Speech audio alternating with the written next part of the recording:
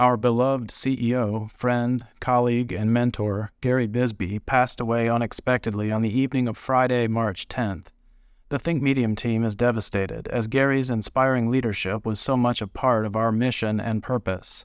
Please keep Gary's family in your thoughts as we work on a transition plan that will honor Gary and his vision for Think Medium.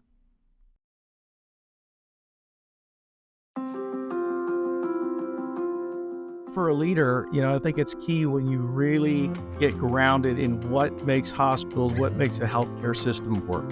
We lay strategies and tactics that work, and when they don't, we don't sit there and wait too long. We take action, and you learn to pivot. Everything we've seen over the past 36 months, the innovation in digital, the care continuum, and Medicare and other regulatory payers moving things to outpatient, we'll continue to see that.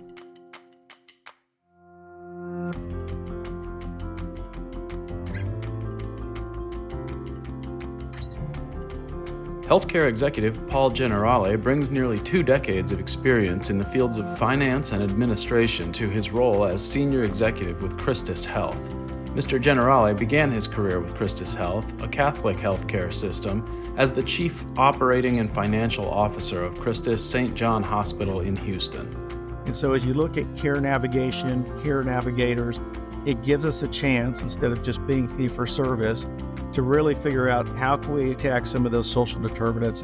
Mr. Generale spent 5 years as the Senior Vice President of Financial Operations and Ambulatory Services for CHRISTUS Health in the Dallas area before becoming the Executive Vice President and Chief Strategy and Network Officer for the entire healthcare system. Actively involved in several professional organizations, he is a Fellow of the American College of Healthcare Executives and a member of the Healthcare Financial Management Association. Get in somewhere, and it's what the first mentor ever told me. Want you to be somewhere where you can learn everything possible. And if you find that opportunity, take it. This episode is presented by Citi. If you enjoy listening, consider subscribing to the show on YouTube, Spotify, or the podcast host of your choice. Now, let's listen in as Paul Generale shares his insights into healthcare leadership. Well, good afternoon, Paul, and welcome. Hey, Gary, good afternoon, and thanks for having me. Absolutely. We're about leadership here. It's kind of always been interesting to drop back with our guests and find out about how they thought about leadership at an early age. So what did the young Paul think about leadership? Yeah, it was all the good stuff. It was that a leader's defined by their title, and it's all about the title and the organizational chart under you until you really realize your title and the org chart has nothing to do with leadership. And, you come a long way, and it's really about working as a team and listening and having humility. And, titles don't create leaders. Yeah, for sure. That's an interesting message in that I suppose it could be challenging to present that message to young leaders. How do you think about doing that with the young leaders with whom you work with? We always have good case studies with the current leaders in the C-suite about you don't always go forward, you go sideways, you learn everything possible. And it's not what you know, it's when you're ready and you have the ability to show that you've developed a team and skill sets that make you right for a leader. And so it is when people say, well, you have this title or I'd like this title, it's good to reflect on personal experience and examples. Yeah, for sure. Well, what about healthcare? When did you become interested in healthcare, Paul? I lucked out. God put in my path in college 2 roommates, and one had a father that was a chief of staff, a general surgeon in Houston, and the other was a large healthcare system executive. And so got to know both of them very well and did a lot of listening about all the different paths in healthcare, from finance to quality to physicians. I mean, it just has so many facets that it really piqued my interest. Did some internships with hospitals, and ended up moving to Houston and got an interview with the roommate whose dad was a surgeon in my first hospital right out of college. So great experience and just great mentors. Well, let's follow up on that. How important in your early days as you were in administrative positions, financial positions, how important was that to your current roles? Gary was foundational. And one of the best pieces of advice when I was looking at opportunities was the CEO that was interviewing me saying, I'm going to put you in a hospital and you're going to get the chance to make a lot of mistakes, but learn the ins and outs from food service to imaging to lab to ORs. And just for a leader, I think it's key when you really get grounded in what makes hospitals, what makes a healthcare system work. Yeah. So among your current roles as Chief Strategic Officer at CHRISTUS Health, what kind of skills do you need these days to be a strategist for a multi-billion-dollar health system? I think it's applicable to be able to have focus and lay clarity on strategy. And it's not chasing things, but it's having a plan that you can measure, tactics that you can execute on and show to whether it's the board, leadership, or the associate that here's where we're going, and being able to articulate those and pivot. I mean, we lay strategies and tactics that work, and when they don't, we don't sit there and wait too long. We take action, and you learn to pivot. And something that also I think as a leader, it's okay to make mistakes and learn from those and learn how to tweak. So all that really goes into our strategy, how we operationalize it, and how we really, take that to the associates. Mm-hmm. I've heard some executives talk about change in terms of incremental steps. How do you think about change going forward at CHRISTUS? I don't want to always lead and be the first to do it. I think that comes off really good to a lot of people. And what we like to do is be innovative and be not small steps, but take the right steps, the right pace to not just be status quo, but not to be the first to market necessarily. And we've been around for over 160 years. And so we have a lot of lessons learned on that. That's kind of a nice lead in. Could you please describe CHRISTUS Health for us, Paul? Absolutely. CHRISTUS is a Catholic faith-based international health system. We're based here in Irving, Texas. We have about 50,000 associates, 15,000 doctors, and we operate in the U.S. and Latin America. And what's the distribution of inpatient versus outpatient these days? Has that evolved over the last, 10 or 15 years? It's evolved in the past, I'd say 5 years. Our inpatient to outpatient mix was 60-40. Today, it's about a little over 51% outpatient ambulatory health plan and 49% inpatient. Okay. Do you see that trend continuing, Paul? Yeah, absolutely. I think with everything we've seen over the past 36 months, the innovation in digital, the care continuum, and Medicare and other regulatory payers moving things to outpatient, we'll continue to see that. What about the holding company versus operating company model? Where does CHRISTUS sit on that continuum? With the support of our board and our CEO that came in 11 years ago, we're a 100% operating company. We think that you have to be with everyone in the field, regardless of what country it's in. You have to get your hands dirty, and you have to support each other. So we have centralized services here that provide services to all of our countries, all of our services, and we just feel that, our philosophy is to be an operating company. How would you describe CHRISTUS' strategy over the next 5 years? I mean, you've kind of made suggestions about that as we went on, but let me ask the question directly. How would you describe CHRISTUS' strategy over the next 5 years? We use a term of being essential. And so right now we touch about 6 million lives. Our goal is to touch 10 million lives. And the way we want to do that is truly integrate that continuum. So you've got a lot of different competitors coming in the space. And from the acute care, capital intensive, all the physicians, inpatient, we're building out the rest of the access for digital, primary care, partnering where we may not do something, whether it's on home health or hospital at home. So we really want to own that. And we want to own that so when Gary or a loved one comes, it's one touch. And we can navigate you through that continuum versus different fragments that we're seeing where someone's picking up a digital primary care piece, but they may not have the specialist, or they may not have the emergency room or the inpatient care. So that's how we define essential, and that's really our strategy. Okay. Where does the CHRISTUS Health Plan fit into your strategy going forward? We really think loyalty's with the member. So if someone's in the health plan, and that gives us a chance to take full risk. So right now we have 250,000 covered lives in our networks. We're taking risk on $500 million. And so as you look at care navigation, care navigators, it gives us a chance, instead of just being fee for service, to really figure out how can we attack some of those social determinants? How can we do care at the home? And it's really been, Gary, transformational for how we provide care. In the last 3 years with our ACOs, we've saved over $100 million from CMS. Wow. So it really, wouldn't call it a test lab per se, but it really is for a healthcare system a chance to take risk and play in that field.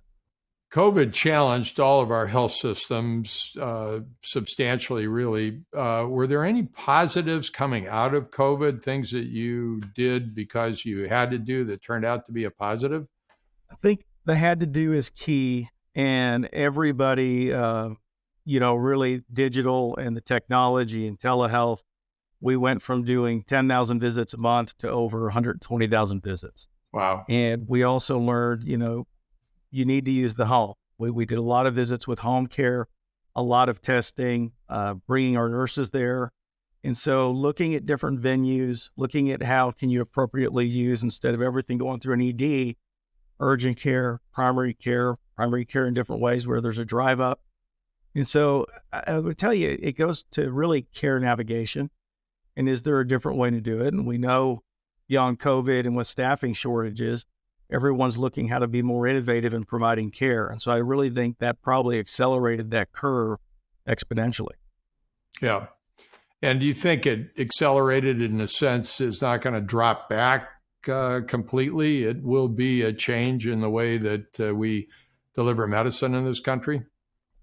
I think it'll bend, but not much. As we are all seeing with Amazon's purchase of One Medical, with Aetna/CVS, the new entrants that have a vested interest in using that technology, I think that curve is going to keep moving upward, and we're going to adjust with it. Can you describe the Latin American operations for us, please, Paul? Absolutely. So we currently operate in Mexico, Chile, and Colombia, a little over about $1.2 billion in revenue there. So it's significant. It's something we've been in Mexico for over a decade. So Mexico and Chile are very similar to the U.S., maybe about 10 years. Probably looked like U.S. healthcare 10 years ago, very acute, not a lot of ambulatory, whereas Colombia is very different in the sense of they really look at universal health.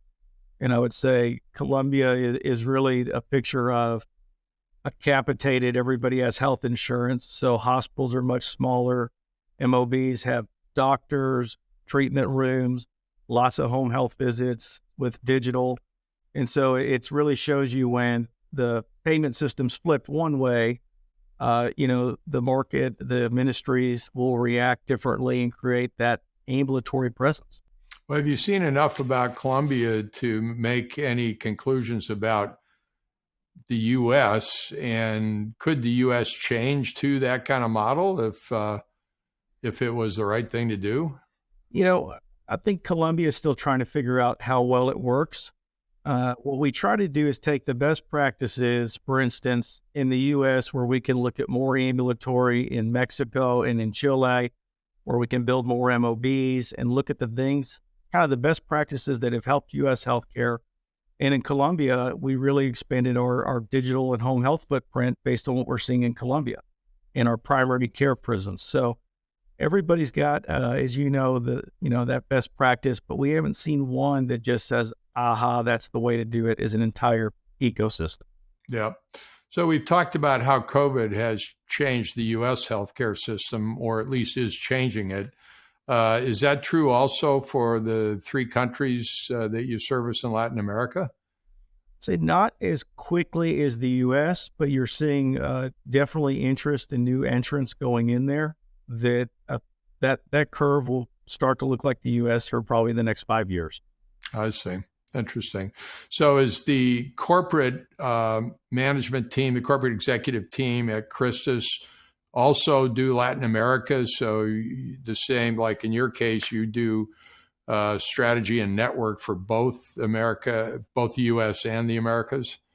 We do. Our executive team up here is very involved in U.S. and LATAM. And of course, we've got great CEOs and leadership teams in the U.S. and LATAM, but we work closely with them and we are involved. So thinking again about leadership, what's the biggest challenge that you've seen over the 25 years or so that you've been a healthcare executive?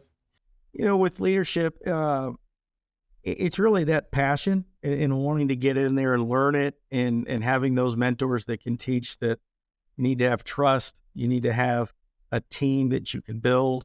And right now, I think everybody across every branch in the healthcare system, from clinical physicians, leaders, there's just a shortage of that. I think a lot of industries are dealing with that, and we spend a lot of time on getting in the right residents and teaching, do a lot more listening, change and evolve how we innovate healthcare and how we find leaders.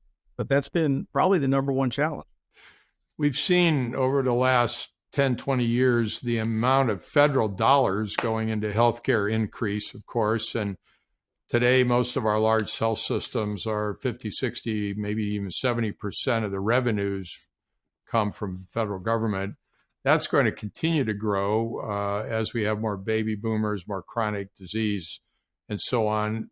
How do you see that presenting challenges or change for CHRISTUS? For CHRISTUS, it's ironic, I'd say now we've been blessed for having those rural ministries and having a high percentage of Medicare, Medicaid, self-pay. It's who CHRISTUS is. And so that's taught us that your biggest strategy is you have to be an operator. You have to be operationally lean. You still have to get the best talent. And so we've spent a lot of time on what does that foundation look like? And that's what made us have to become an operating model, because you have to use every resource you can and you have to be lean. So as you see more Medicare and Medicare Advantage, you're really working with less premium fees. And so you have to be smarter how you do it. And the health plan has helped us, learn how to take risk. And just the markets we've been in haven't given us really that luxury to say we have this excess revenue that's commercial. Yep. What do you think, Paul, about the large, well-financed systems elbowing their way into primary care? I'm thinking CVS and Walgreens and Walmart and Amazon and so on. How do you think about that in terms of how it might change healthcare and might change our health systems and the way they're delivering healthcare? We know they've got the financial wherewithal and the balance sheets to do it. So it's not going to be a short-term play. It may change over time. So it goes back to, and I like your strategy question. We have to have a strategy that they're going to be here. So how do we do it better with our primary care, integrating them to where you can have an experience that we're not passing you off if you're not buying a prescription from us, from your primary care doc. So we see that's that essentiality that it's a new competitor, and they're going to be here to play for a long time. We've seen, of course, a number of physicians now being employed by health systems. Is that true in the Latin American countries as well as the U.S.? No, not yet. It will be coming, but right now, Mexico, Chile's very academic but independent, and Colombia as well. It's large health plans there, so really, there's not a best practice there. There's some good lessons learned in employing physicians, but not yet. Yeah. Good. Well, Paul, this has been a terrific interview.